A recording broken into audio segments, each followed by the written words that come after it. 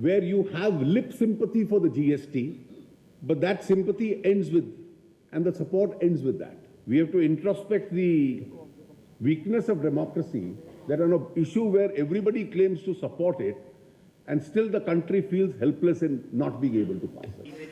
Finance Minister Arun Jaitley mincing no words. Hitting out at the Congress, he said that continuous disruptions in Parliament proceedings by the opposition parties hurt parliamentary system of democracy.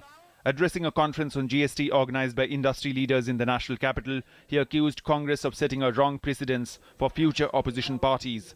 Irked by their disruptionary tactics, he said history would not be kind to the outlaws of parliamentary system. Though he expressed the hope that GST will be implemented in the coming year, he said that if opposition continues to disrupt the proceedings, then the government will be forced to find alternative ways to proceed with bills aimed at boosting the economy. It slowed down when I was in power, therefore it must slow down when somebody else was in power. If that is the intention, then I am afraid we will have to find alternative methods of how to proceed with this matter. But if you go a step further, in order to get the GST, we must get India's parliamentary democracy to function.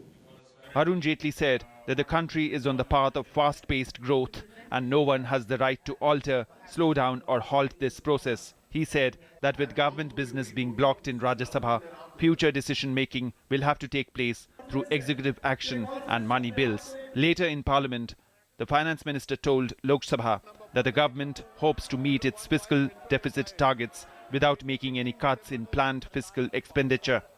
As a part of proper fiscal planning, therefore, this reduction in the oil prices is being shared for developmental activities by the centre, by the states, by the oil companies to cover up for their losses of the past, and fourthly, advantage significantly goes to the consumer.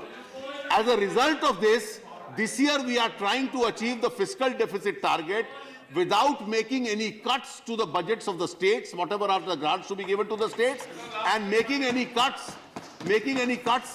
to the grants to be given to various ministries for social sector program.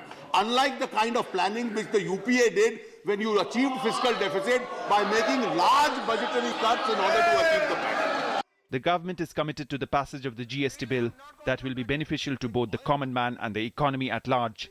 But the Congress seems to be playing a double-faced game. On the one hand, it says it supports the tax reform bill. On the other hand, it continues to obstruct the functioning of Parliament. The question is, how long will the Congress keep up this game? With Venkat Raman and the Parliament team, News Night Desk, DD News.